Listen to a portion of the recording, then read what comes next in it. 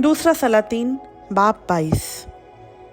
जब यूसिया सल्तनत करने लगा तो 8 बरस का था। उसने 31 बरस यरूशलेम में सल्तनत की।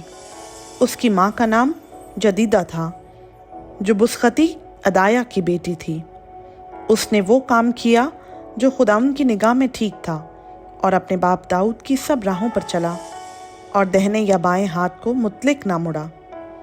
और यूसिया बादशाह के 18वें बरस ऐसा हुआ कि बादशाह ने साफन बिन असलिया बिन मुसलाम मुंशी को खुदावंद के घर को भेजा और कहा कि तू खिलकिया सरदार काहिन के पास जा, ताकि वो उस नकदी को जो खुदावंद के घर में लाई जाती है और जिसे दरबानों ने लोगों से लेकर जमा किया है गिने, और वो उसे उन कारगुजारों को सौंप दें जो खुदावंद के घर की निगरानी रखते हैं, और ये लोग उसे उन कारीगरों को दें जो खुदावंद के घर में काम करते हैं, ताकि हैकल की दरारों की मरम्मत हो, यानी बढ़ाइयों और राजों और मेमारों को दें, और हैकल की मरम्मत के लिए लकड़ी और तराशे हुए पत्थरों के खरीदने पर खर्च करें।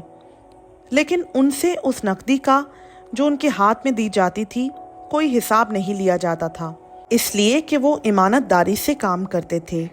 और सरदार काहिन खिलकिया ने साफिन मुंशी से कहा कि मुझे खुदावंद के घर में तौरात की किताब मिली है। और खिलकिया ने वो किताब साफिन को दी, और उसने उसको पढ़ा। और साफिन मुंशी बादशाह के पास आया और बादशाह को खबर दी कि तेरे खादिमों ने वो नकदी जो हैकल में मिली लेकर उन कारगुजारों के हाथ में सुपुर्द की जो खुदावंद के घर की निगरानी रखते हैं। और साफिन मुंशी ने बादशाह को ये भी बताया कि खिलकिया काहिन ने एक किताब मेरे हवाला की है। और साफिन ने उसे बादशाह के हुजूर पढ़ा। जब बादशाह ने तौरात की किताब की बातें सुनी तो अपने कपड़े फाड़े।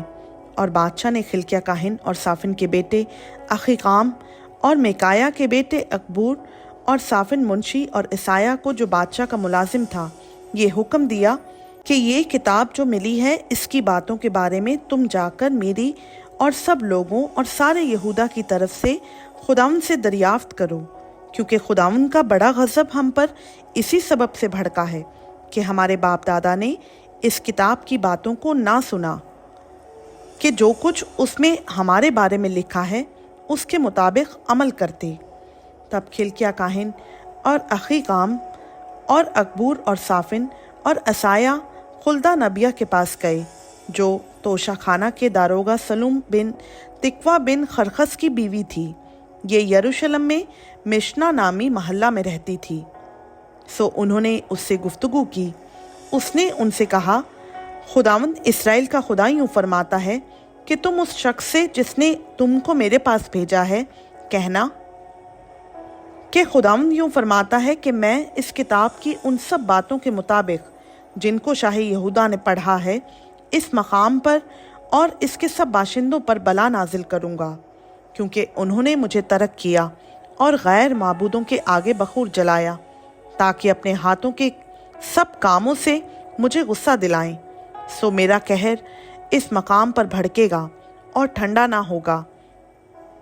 लेकिन शाही यहूदा से, जिसने तुमको खुदावंद से दरियाफ्त करने को भेजा है, यूं कहना कि खुदावंद इस्राएल का खुदा यूं फरमाता है कि जो बातें तूने सुनी हैं उनके बारे में ये है कि चूंकि तेरा दिल नरम है, और जब तूने वो बात सुनी जो मैंने इस मकाम और इसके बाशिंदों के हक में कही कि वो तबाह हो जाएंगे और लानती भी ठहरेंगे, तो तूने खुदावंद के आगे आजिज़ी की और अपने कपड़े फाड़े और मेरे आगे रोया।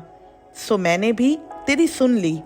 खुदावंद फरमाता है, इसलिए देख, मैं तुझे तेरे बाप दादा के साथ मिला दूंगा, और तू अपनी गूर में सलामती से उतार दिया जाएगा, और उन सब आफतों को जो मैं इस मकाम पर नाजिल करूंगा तेरी आंखें नहीं देखेंगी। सो वो ये खबर बादशाह के पास लाए। खुदावंद का पाक कलाम का पढ़ा, सुना, समझा और कबूल किया जाना हम सबों के लिए बाइस बरकत हो। आमीन।